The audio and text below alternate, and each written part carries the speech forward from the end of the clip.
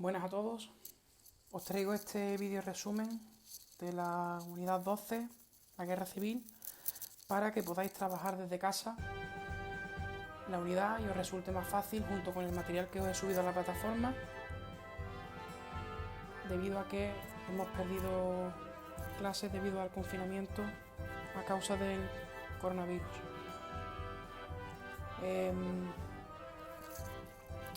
Este vídeo resumen va a seguir los epígrafes del libro para que os resulte más fácil seguir el vídeo, lo podáis parar, podáis utilizar el libro o los apuntes o cualquier cosa. Vamos a empezar hablando de la sublevación militar, el estallido de la guerra, y en primer lugar tenemos que comentar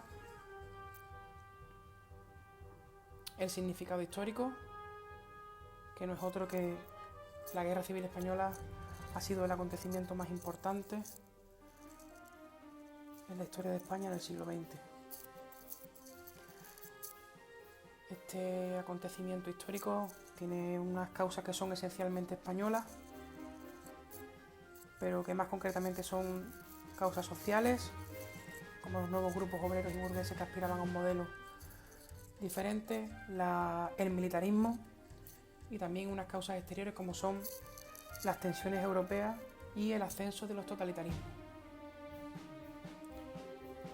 Os dejo una foto de uno de los asesinatos más importantes en esta época, que fue el asesinato del conservador José Calvo Sotelo, y que avivó más el fuego de la situación social que se venía produciendo en España en ese momento. Seguimos pues entonces ahora con la sublevación militar. Vamos a ver en sí lo que es el golpe de Estado que llevaron a cabo los militares, cuáles fueron las causas y las consecuencias de esta sublevación militar. Se produjo porque sectores conservadores y militares no aceptaron la victoria del Frente Popular en las elecciones de 1936.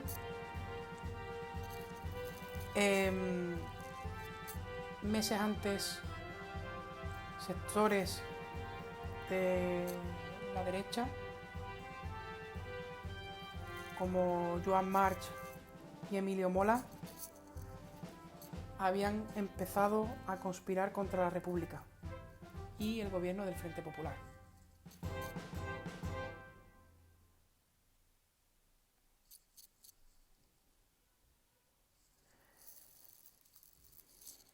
El general Emilio Mola pretendía que el golpe de Estado hubiera sido una sublevación simultánea en diferentes guarniciones, es decir, un golpe rápido, pero este golpe fracasó y se convirtió en una guerra civil que acabaría en abril de 1939.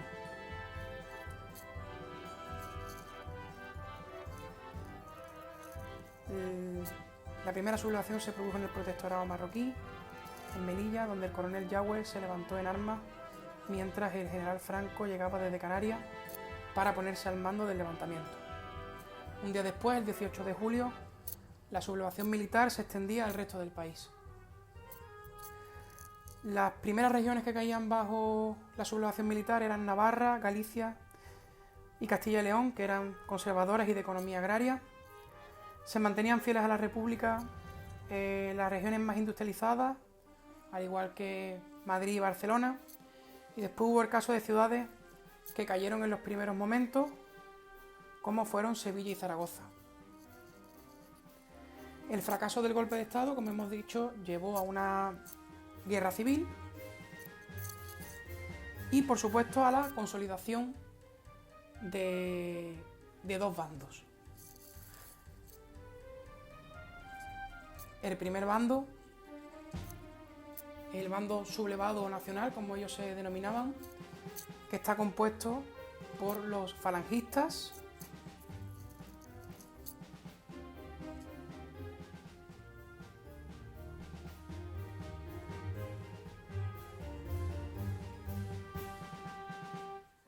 está compuesto también por los carlistas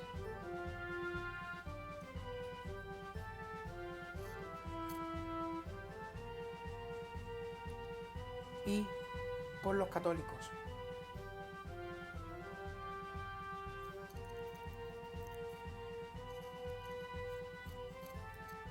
En el bando republicano, compuesto por los leales a la República, así como obreros, pequeña burguesía y campesinado. También integraban estas fuerzas el Partido Comunista Español, el Partido Socialista Obrero Español,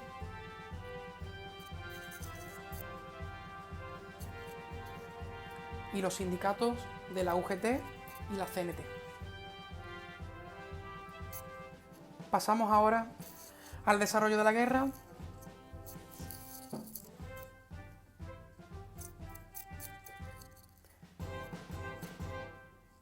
Primera fase de la guerra es el paso del Estrecho y el avance hacia Madrid.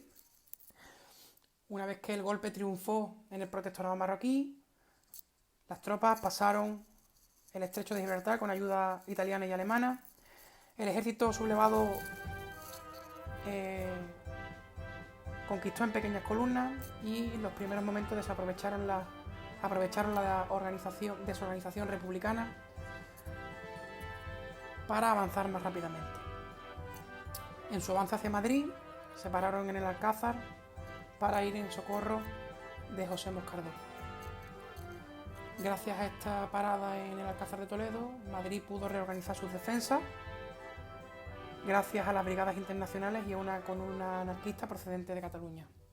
Fueron los generales Rojo y Miaja los que se encargaron de la defensa de Madrid. Fue en este momento cuando surge el lema de no pasarán. Hubo también dos batallas importantes como la de Jarama y Guadalajara, donde los sublevados perdieron contra las fuerzas republicanas.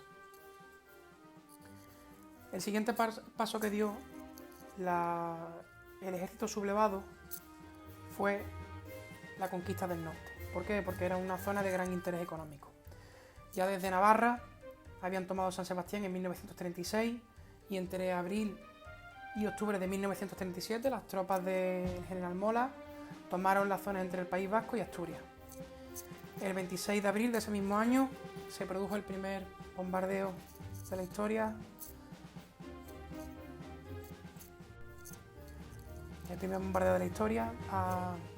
por la Legión Cóndor, que bombardeó Guernica. El gobierno republicano intentó hacer una contraofensiva en las batallas de Brunete y Belchite, pero no consiguieron evitar la conquista de los sublevados del norte.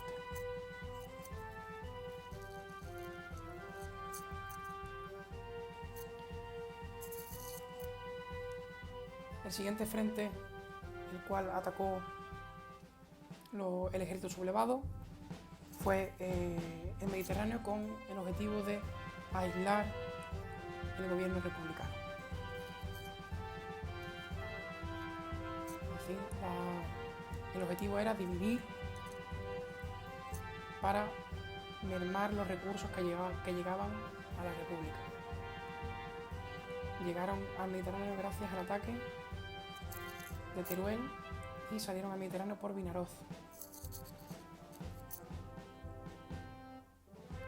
Tras esto, los republicanos lanzaron una ofensiva en la batalla del Ebro, que fue la batalla más sangrienta y dura de la guerra civil y que terminó con la huida o con la retirada de las tropas republicanas y la posterior conquista de Barcelona.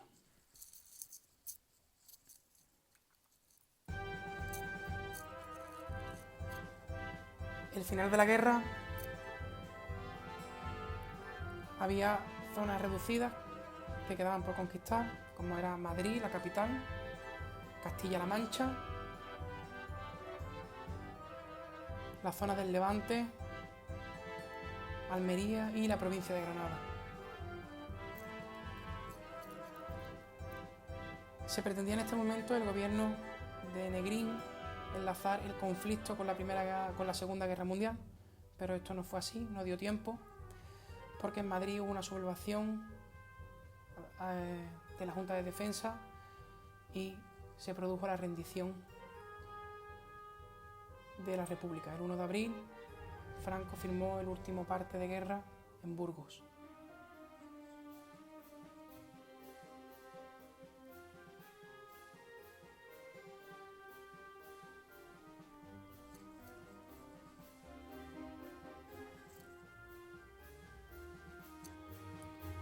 Bueno, vamos a pasar ahora a la ayuda internacional.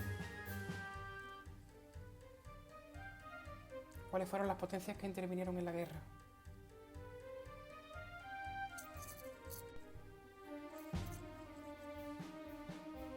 Por parte de la República,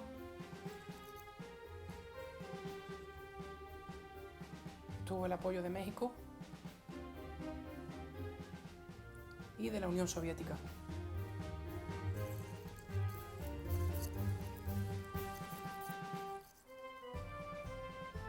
Por parte del bando nacional o sublevado, contaron con la ayuda del régimen nazi y de la Italia fascista.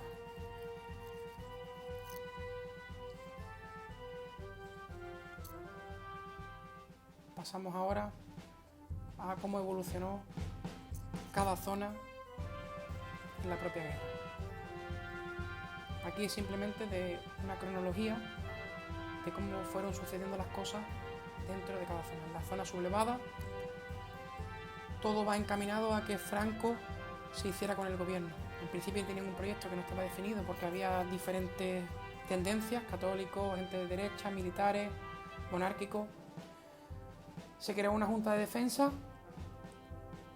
en la que estaban los militares y poco a poco de entre esos militares fue destacando la figura de Franco, que fue nombrado generalísimo en 1936.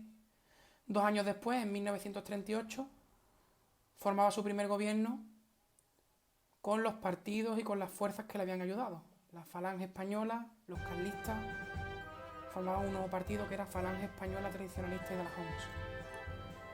Un gobierno donde hubo mucha represión Esa represión se justificó con la Ley de Responsabilidades Políticas y donde se buscaron opciones políticas parecidas al fascismo italiano, como es el Foro del Trabajo. La economía era buena debido a que las zonas sublevadas eran las zonas donde había mayor parte de cultivo de cereal.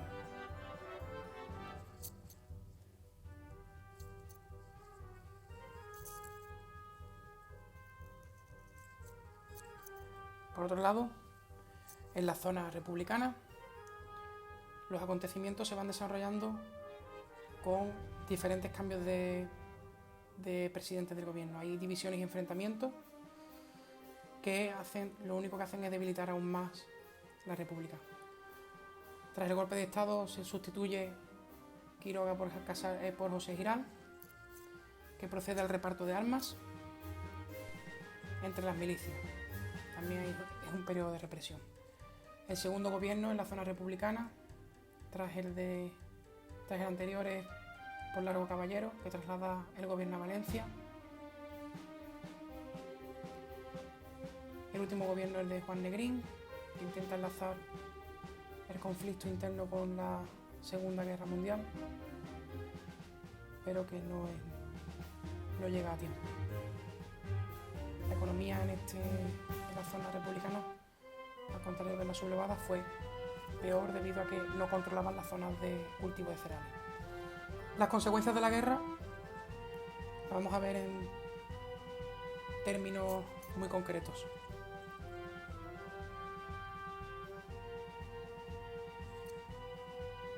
Demográficamente, hubo 500.000 fallecidos entre las guerras, la represión, la enfermedad y el hambre.